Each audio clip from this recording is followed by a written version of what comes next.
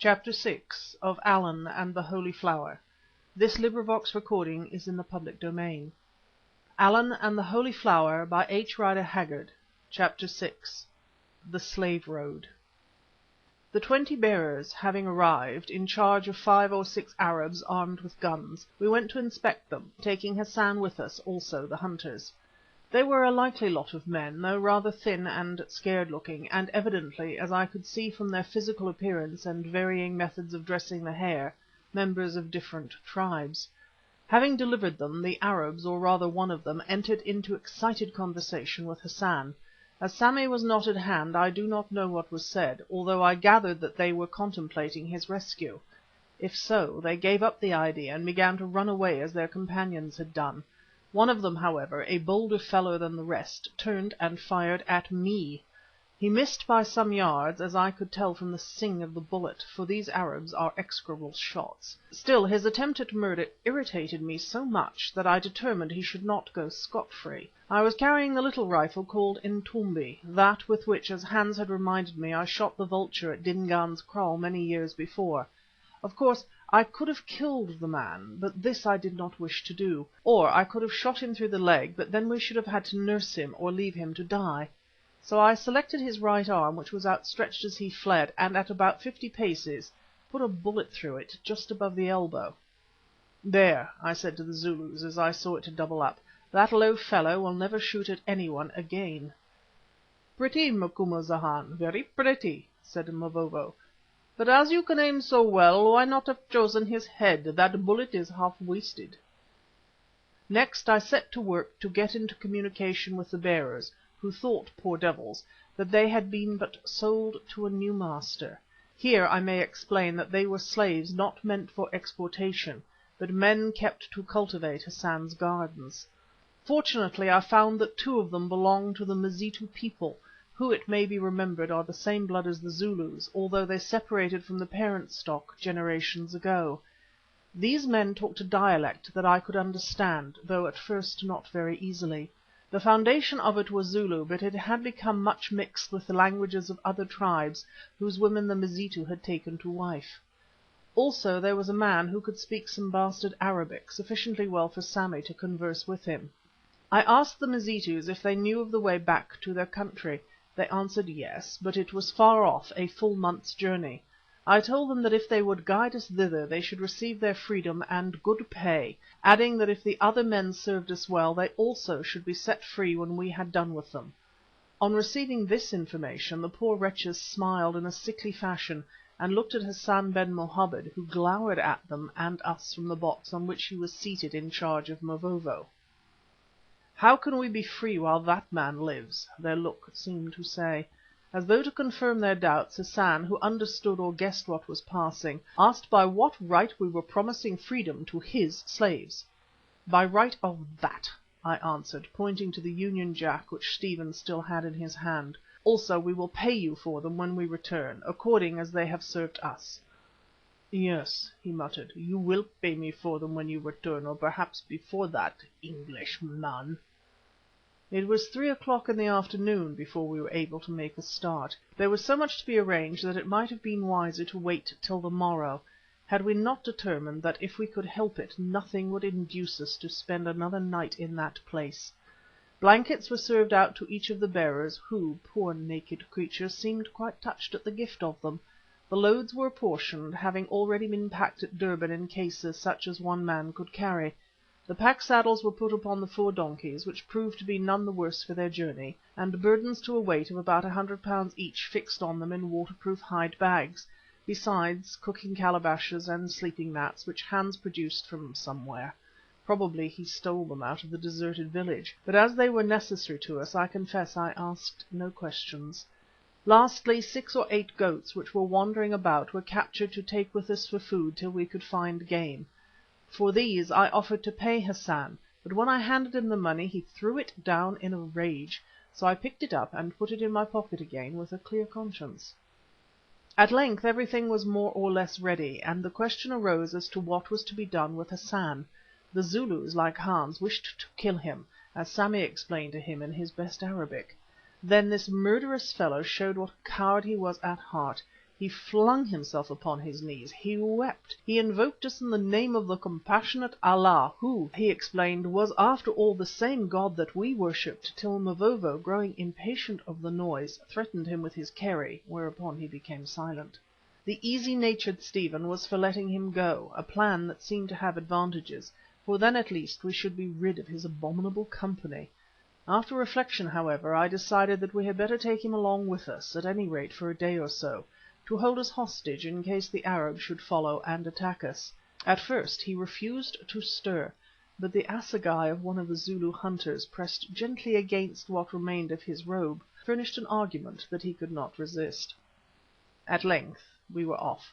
I with the 2 guides went ahead, then came the bearers, then half of the hunters, then the 4 donkeys in charge of Hans and Sammy, then Hassan and the rest of the hunters, except Mavovo, who brought up the rear with Stephen. Needless to say, all our rifles were loaded, and generally we were prepared for any emergency. The only path, that which the guide said we must follow, ran by the seashore for a few hundred yards, and then turned inland through Hassan's village where he lived, for it seemed that the old mission house was not used by him. As we marched along a little rocky cliff, it was not more than 10 feet high, where a deep-water channel, perhaps 50 yards in breadth, separated the mainland from the island whence the slaves had been loaded on to the Maria, some difficulty arose about the donkeys. One of these slipped its load, and another began to buck and evinced an inclination to leap into the sea with its precious burden. The rearguard of hunters ran to get hold of it, when suddenly there was a splash. "The brute's in," I thought to myself, till a shout told me that not the ass but Hassan had departed over the cliff's edge. Watching his opportunity, and being, it was clear, a first-rate swimmer, he had flung himself backwards in the midst of the confusion, and falling into deep water promptly dived. About 20 yards from the shore he came up for a moment, then dived again, heading for the island. I dare say I could have potted him through the head with a snapshot, but somehow I did not like to kill a man swimming for his life as though he were a hippopotamus or a crocodile. Moreover, the boldness of the manoeuvre appealed to me. So I refrained from firing and called to the others to do likewise. As our late host approached the shore of the island, I saw Arabs running down the rocks to help him out of the water. Either they had not left the place, or had reoccupied it as soon as HMS Crocodile had vanished with her prize. As it was clear that to recapture Hassan would involve an attack upon the garrison of the island which we were in no position to carry out, I gave orders for the march to be resumed. These, the difficulty with the donkey having been overcome, were obeyed at once. It was fortunate that we did not delay, for scarcely had the caravan got into motion when the Arabs on the island began to fire at us. Luckily no one was hit, and we were soon round a point and under cover. Also their shooting was as bad as usual. One missile, however, it was a pot-leg, struck a donkey load and smashed a bottle of good brandy and a tin of preserved butter. This made me angry, so motioning to the others to proceed, I took shelter behind a tree and waited till a torn and dirty turban, which I recognized as that of Hassan, poked up above a rock. Well, I put a bullet through that turban, for I saw the thing fly, but unfortunately not through the head beneath it. Having left this PPC card on our host, I bolted from the rock and caught up the others. Presently we passed round the village. Through it I would not go for fear of an ambuscade. It was quite a big place, enclosed with a strong fence, but hidden from the sea by a rise in the intervening land. In the centre was a large eastern-looking house, where doubtless Hassan dwelt with his harem. After we had gone a little way further, to my astonishment I saw flames breaking out from the palm-leaf roof of this house. At the time I could not imagine how this happened, but when, a day or two later, I observed Hans wearing a pair of large and very handsome gold pendants in his ears, and a gold bracelet on his wrist, and found that he and one of the hunters were extremely well set up in the matter of British sovereigns, well, I had my doubts. In due course the truth came out. He and the hunter, an adventurous spirit, slipped through a gate in the fence without being observed, ran across the deserted village to the house, stole the ornaments and money from the women's apartments, and as they departed fired the place, in exchange for the bottle of good brandy, as Hans explained. I was inclined to be angry, but after all, as we had been fired on, Hans's exploit became an act of war rather than a theft. So I made him and his companion divide the gold equally with the rest of the hunters, who no doubt had kept their eyes conveniently shut, not forgetting Sammy, and said no more. They netted £8 apiece, which pleased them very much. In addition to this I gave £1 each, or rather goods to that value, to the bearers as their share of the loot. Hassan, I remarked, was evidently a great agriculturalist, for the gardens which he worked by slave labour were beautiful, and must have brought him in a large revenue.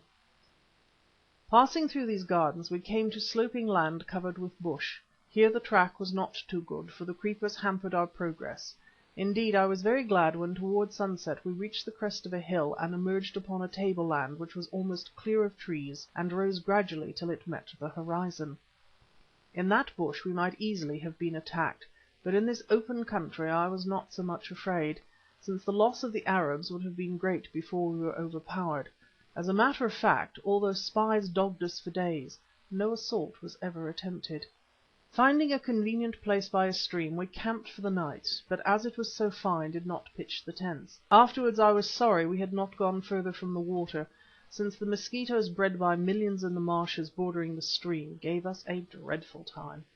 On poor Stephen, fresh from England, they fell with peculiar ferocity, with the result that in the morning, what between the bruises left by Hassan and their bites, he was a spectacle for men and angels.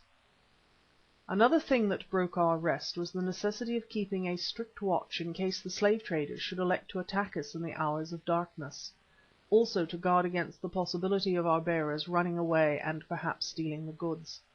It is true that before they went to sleep I explained to them very clearly that any of them who attempted to give us the slip would certainly be seen and shot, whereas if they remained with us they would be treated with every kindness. They answered through the two Mazitu that they had nowhere to go, and did not wish to fall again into the power of Hassan, of whom they spoke literally with shudders, pointing the while to their scarred backs and the marks of the slave yokes upon their necks. Their protestations seemed, and indeed proved to be sincere, but of this of course we could not then be sure. As I was engaged at sunrise in making certain that the donkeys had not strayed, and generally that all was well, I noted through the thin mist a little white object, which at first I thought was a small bird sitting on an upright stick about 50 yards from the camp. I went towards it and discovered that it was not a bird, but a folded piece of paper stuck in a cleft wand, such as natives often use for the carrying of letters. I opened the letter and with great difficulty, for the writing within was bad Portuguese, read as follows: English devils, do not think that you have escaped me. I know where you are going, and if you live through that journey it will be but to die at my hands after all. I tell you that I have at my command 300 brave men, armed with guns, who worship Allah and thirst for the blood of Christian dogs.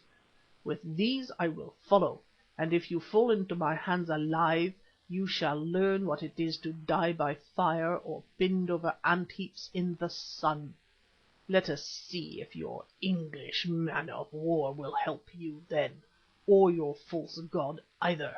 Misfortune go with you, white-skinned robbers of honest men. This pleasing epistle was unsigned, but its anonymous author was not hard to identify. I showed it to Stephen, who was so infuriated at its contents that he managed to dab some ammonia with which he was treating his mosquito bites into his eye. When at length the pain was soothed by bathing, we concocted this answer: Murderer, known among men as Hassan ben Mohammed, truly we sinned in not hanging you when you were in our power. O wolf who grows fat upon the blood of the innocent, this is a fault that we shall not commit again. Your death is near to you, and we believe at our hands. Come with all your villains whenever you will.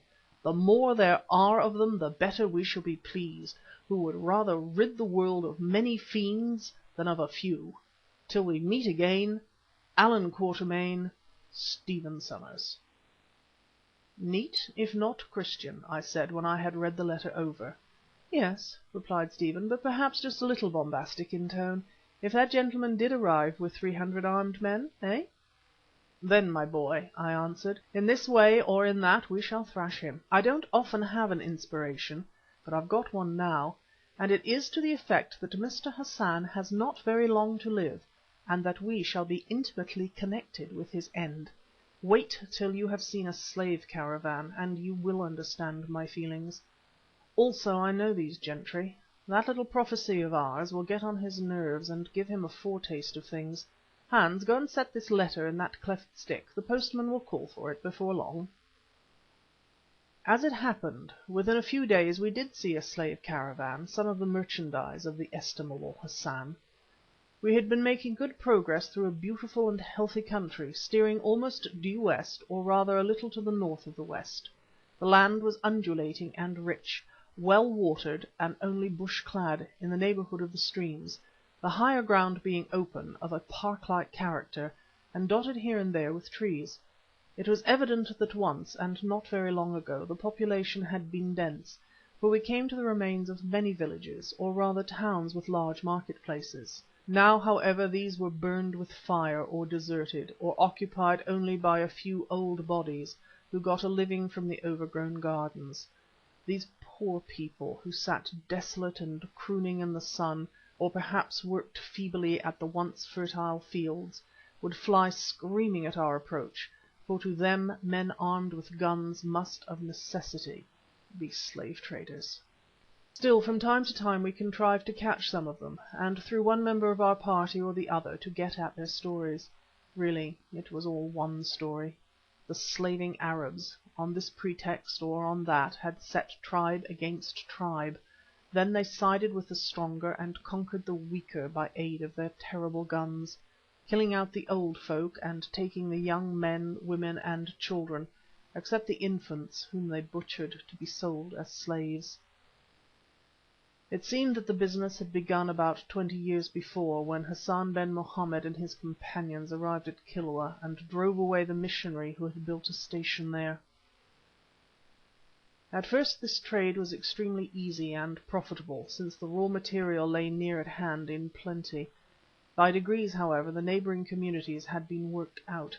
Countless numbers of them were killed, while the pick of the population passed under the slave yoke, and those of them who survived vanished in ships to unknown lands. Thus it came about that the slavers were obliged to go further afield, and even to conduct their raids upon the borders of the territory of the great Mazitu people, the inland race of Zulu origin of whom I have spoken. According to our informants, it was even rumoured that they proposed shortly to attack these Mazitus in force, relying on their guns to give them the victory, and open to them a new and almost inexhaustible store of splendid human merchandise. Meanwhile they were clearing out certain small tribes which hitherto had escaped them, owing to the fact that they had their residence in bush or among difficult hills. The track we followed was the recognized slave road. Of this we soon became aware by the numbers of skeletons which we found lying in the tall grass at its side, some of them with heavy slave sticks still upon their wrists. These, I suppose, had died from exhaustion, but others, as their split skulls showed, had been disposed of by their captors. On the 8th day of our march we struck the track of a slave caravan. It had been travelling towards the coast, but for some reason or other had turned back. This may have been because its leaders had been warned of the approach of our party, or perhaps they had heard that another caravan, which was at work in a different district, was drawing near, bringing its slaves with it, and wished to wait for its arrival in order that they might join forces. The spoor of these people was easy to follow. First we found the body of a boy of about 10. Then vultures revealed to us the remains of 2 young men, one of whom had been shot and the other killed by a blow from an axe. Their corpses were roughly hidden beneath some grass, I know not why. A mile or 2 further on we heard a child wailing and found it by following its cries. It was a little girl of about 4, who had been pretty, though now she was but a living skeleton. When she saw us she scrambled away on all 4s like a monkey. Stephen followed her, while I, sick at heart, went to get a tin of preserved milk from our stores. Presently I heard him call to me in a horrified voice. Rather reluctantly, for I knew that he must have found something dreadful, I pushed my way through the bush to where he was. There, bound to the trunk of a tree, sat a young woman, evidently the mother of the child, for it clung to her leg. Thank God she was still living, though she must have died before another day dawned. We cut her loose, and the Zulu hunters, who are kind folk enough when they are not at war, carried her to camp. In the end, with much trouble, we saved the lives of that mother and child. I sent for the two Mazitos, with whom I could by now talk fairly well, and asked them why the slavers did these things. They shrugged their shoulders, and one of them answered with a rather dreadful laugh: "Because, chief, these Arabs, being black-hearted, kill those who can walk no more, or tie them up to die. If they let them go they might recover and escape, and it makes the Arabs sad that those who have been their slaves should live to be free and happy." "Does it? Does it indeed?" exclaimed Stephen, with a snort of rage that reminded me of his father.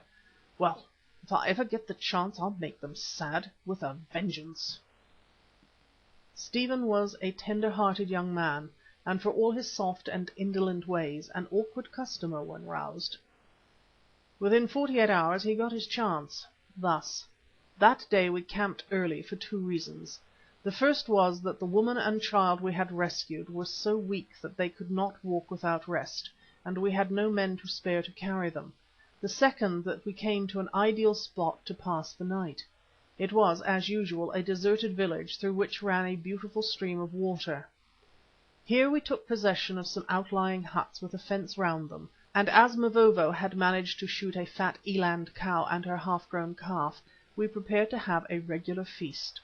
Whilst Sammy was making some broth for the rescued woman, and Stephen and I smoked our pipes and watched him, Hans slipped through the broken gate of the thorn fence, or boma, and announced that Arabs were coming, 2 lots of them, with many slaves.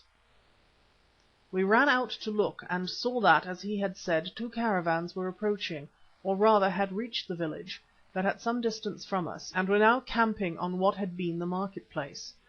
One of these was that whose track we had followed, although during the last few hours of our march we had struck away from it, chiefly because we could not bear such sights as I have described. It seemed to comprise about 250 slaves and over 40 guards, all black men carrying guns, and most of them by their dress Arabs, or bastard Arabs. In the second caravan, which approached from another direction, were not more than 100 slaves and about 20 or 30 captors. "Now," I said, "let us eat our dinner, and then, if you like, we will go to call upon those gentlemen, just to show that we are not afraid of them. Hans, get the flag and tie it to the top of the tree. It will show them to what country we belong." Up went the Union Jack duly, and presently through our glasses we saw the slavers running about in a state of excitement. Also we saw the poor slaves turn and stare at the bit of flapping bunting, and then begin to talk to each other. It struck me as possible that someone among their number had seen a Union Jack in the hands of an English traveller, or had heard of it as flying upon ships or at points on the coast, and what it meant to slaves. Or they may have understood some of the remarks of the Arabs, which no doubt were pointed and explanatory. At any rate, they turned and stared till the Arabs ran among them with sjamboks, that is, whips of hippopotamus hide, and suppressed their animated conversation with many blows. At first I thought that they would break camp and march away. Indeed, they began to make preparations to do this, then abandoned the idea, probably because the slaves were exhausted and there was no other water they could reach before nightfall. In the end they settled down and lit cooking fires. Also, as I observed, they took precautions against attack by stationing sentries and forcing the slaves to construct a boma of thorns about their camp. "Well," said Stephen, when we had finished our dinner, "are you ready for that call?"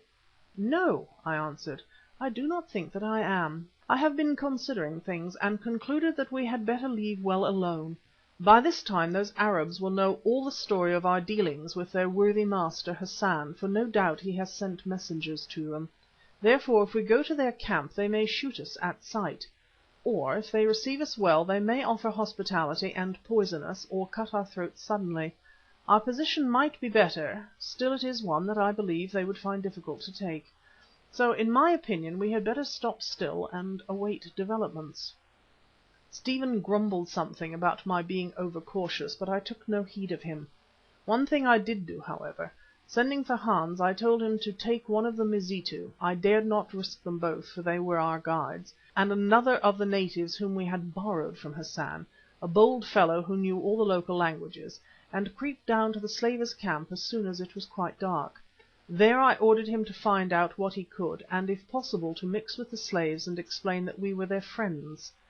Hans nodded, for this was exactly the kind of task that appealed to him, and went off to make his preparations. Stephen and I also made some preparations in the way of strengthening our defences, building large watch fires and setting sentries. The night fell, and Hans with his companions departed stealthily as snakes. The silence was intense, save for the occasional wailings of the slaves, which now and again broke out in bursts of melancholy sound, la lu la lu la, and then died away, to be followed by horrid screams as the Arabs laid their lashes upon some poor wretch. Once, too, a shot was fired. "They have seen Hans," said Stephen. "I think not," I answered, "for if so there would have been more than one shot. Either it was an accident or they were murdering a slave." After this nothing more happened for a long while, till at length Hans seemed to rise out of the ground in front of me, and behind him I saw the figures of the Mazitu and the other man. "Tell your story," I said. "Baas, it is this. Between us we have learned everything. The Arabs know all about you and what men you have. Hassan has sent them orders to kill you. It is well that you did not go to visit them, for certainly you would have been murdered. We crept near and overheard their talk. They purpose to attack us at dawn tomorrow morning unless we leave this place before, which they will know of as we are being watched." "And if so, what then?" I asked. "Then, Baas, they will attack as we are making up the caravan, or immediately afterwards as we begin to march." "Indeed. Anything more, Hans?" "Yes, Baas. These two men crept among the slaves and spoke with them. They are very sad, those slaves, and many of them have died of heart pain because they have been taken from their homes and do not know where they are going. I saw one die just now, a young woman. She was talking to another woman and seemed quite well, only tired, till suddenly she said in a loud voice, 'I am going to die that I may come back as a spirit and bewitch these devils till they are spirits too.' Then she called upon the fetish of her tribe, put her hands to her breast and fell down dead. At least," added Hans, spitting reflectively, "she did not fall quite down, because of the slave stick held her head off the ground. The Arabs were very angry, both because she had cursed them and was dead. One of them came and kicked her body, and afterwards shot her little boy who was sick, because the mother had cursed them. But fortunately he did not see us, because we were in the dark, far from the fire." "Anything more, Hans?" "One thing, Baas. These two men lent the knives you gave them to two of the boldest among the slaves, that they might cut the cords of the slave sticks and the other cords with which they were tied, and then pass them down the lines, that their brothers might do the same. But perhaps the Arabs will find out, and then the Mazitu and the other must lose their knives. That is all. Has the Baas got a little tobacco?" "Now, Stephen," I said, when Hans had gone and I had explained everything, "there are two courses open to us. Either we can try to give these gentlemen the slip at once, in which case we must leave the woman and child to their fate, or we can stop where we are and wait to be attacked." "I won't run," said Stephen sullenly. "It would be cowardly to desert that poor creature. Also we should have a worse chance marching. Remember Hans said that they are watching us." "Then you would wait to be attacked? Isn't there a third alternative, Quatermain? To attack them?" "That's the idea," I said. "Let us send for Mavovo." Presently he came and sat down in front of us, while I set out the case to him. "It is the fashion of my people to attack rather than to be attacked, and yet, my father, in this case my heart is against it. Hans," he called him in Blatu, a Zulu word which means spotted snake, that was the Hottentot's Kaffir name, "says that there are quite 60 of the yellow dogs, all armed with guns, whereas we have not more than 15, for we cannot trust the slave men. Also he says that they are within a strong fence and awake with spies out, so that it will be difficult to surprise them. But here, father, we are in a strong fence and cannot be surprised. Also, men who torture and kill women and children, except in war, must, I think, be cowards, and will come on faintly against good shooting, if indeed they come at all. Therefore I say, wait till the buffalo shall either charge or run. But the word is with you, Macumazahn, wise watcher by night, not with me, your hunter. Speak, you who are old in war, and I will obey." "You argue well," I answered. "Also another reason comes to my mind. Those Arab brutes may get behind the slaves of whom we should butcher a lot without hurting them. Stephen, I think we had better see the thing through here." "All right, Quatermain. Only I hope that Mavovo is wrong in thinking that those blackguards may change their minds and run away." "Really, young man, you are becoming very bloodthirsty for an orchid grower," I remarked, looking at him. "Now, for my part, I devoutly hope that Mavovo is right, for let me tell you, if he isn't, it may be a nasty job." "I've always been peaceful enough up to the present," replied Stephen, "but the sight of those unhappy wretches of slaves with their heads cut open, and of the woman tied to a tree to starve—" "Make you wish to usurp the functions of God Almighty," I said. "Well, it is a natural impulse, and perhaps in the circumstances one that will not displease Him. And now, as we have made up our minds what we are going to do, let's get to business, so that these Arab gentlemen may find their breakfast ready when they come to call."